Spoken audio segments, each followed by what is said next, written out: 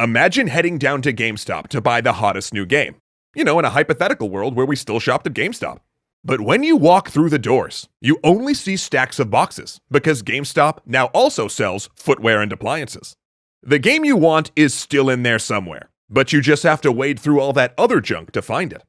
How digital game retailers choose which content to allow on their platforms has become a rather hot-button topic recently. Again. But the purposes of curation and the ways it's performed aren't well understood by most people. So we felt it was time to dive in and shed some light on the subject.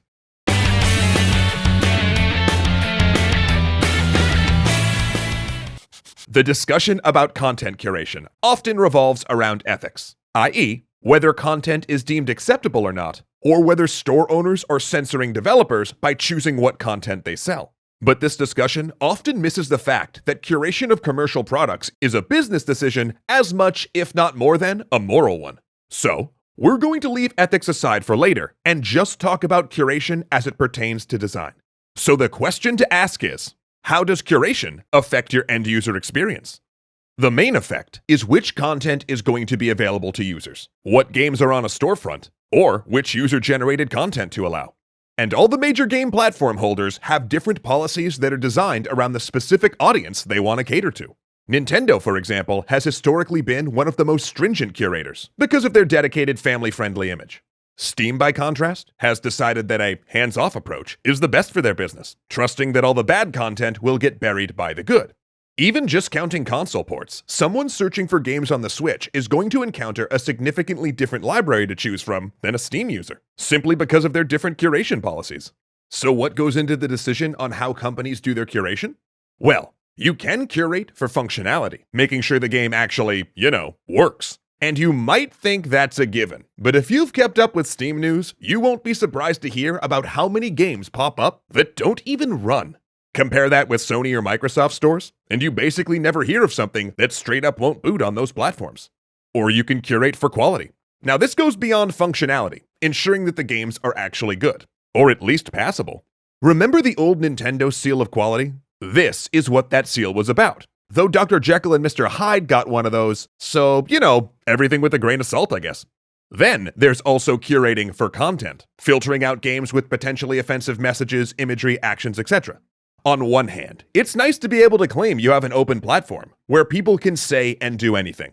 But on the other hand, it's also nice to not have your game or platform hijacked by extremists or inundated with lewd imagery.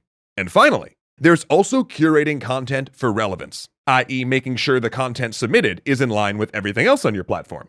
Great examples of this type of curation are places like GOG and itch.io. So as a business, why would you or wouldn't you do any of these things? Well, let's talk about curation for functionality first. Doing this makes a ton of sense, because you don't want people coming to your platform to have the worst possible experience when buying a game. But it also costs money. There is a degree to which you can automate this, but at the end of the day, to make sure that all of your games are truly functional, you have to have a human being boot up each one. Curating for quality is sort of the same thing, but exponentially more expensive to test for. Curating for content does make a lot of sense if you've got a specific brand image like Nintendo, but you also limit the amount of content on your platform and walk straight into the aforementioned debates about censorship. And curating for relevance makes you more appealing to a specific niche, but also somewhat limits you to only selling to that niche's audience.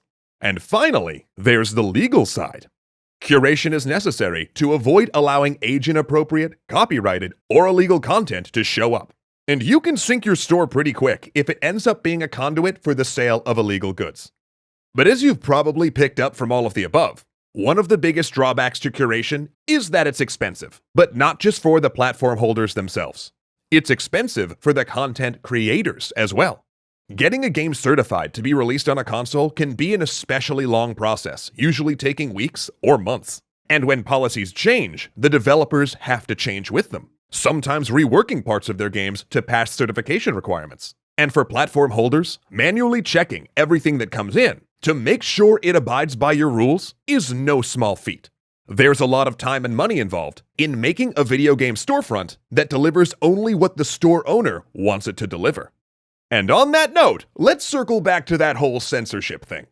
People routinely cry out on the internet that content curation violates free speech. This is quite simply untrue. Free speech means the government can't arrest you for what you say, and it doesn't force companies, groups, or individuals to sell you what you want. We wouldn't think to walk into a Foot Locker and demand they stock $3,000 Gucci pumps, or walk into an IKEA and expect them to sell us a car. Imagine if Petco had to sell every product anyone ever wanted them to sell at whatever price they wanted to sell it at. And while Zoe can daydream about that reality, it would be a disaster. The store owners own the store, so it's their call on what to sell based on the business they want to be in. And the same is true for any game store. But all of that isn't to say that content curation is always a perfect solution. Real problems with policing content arise when automated curation systems get out of control. But that's a bigger topic we should probably do an episode on another time. What? Demonetized on a video we haven't even put out yet? Algorithm. Well played.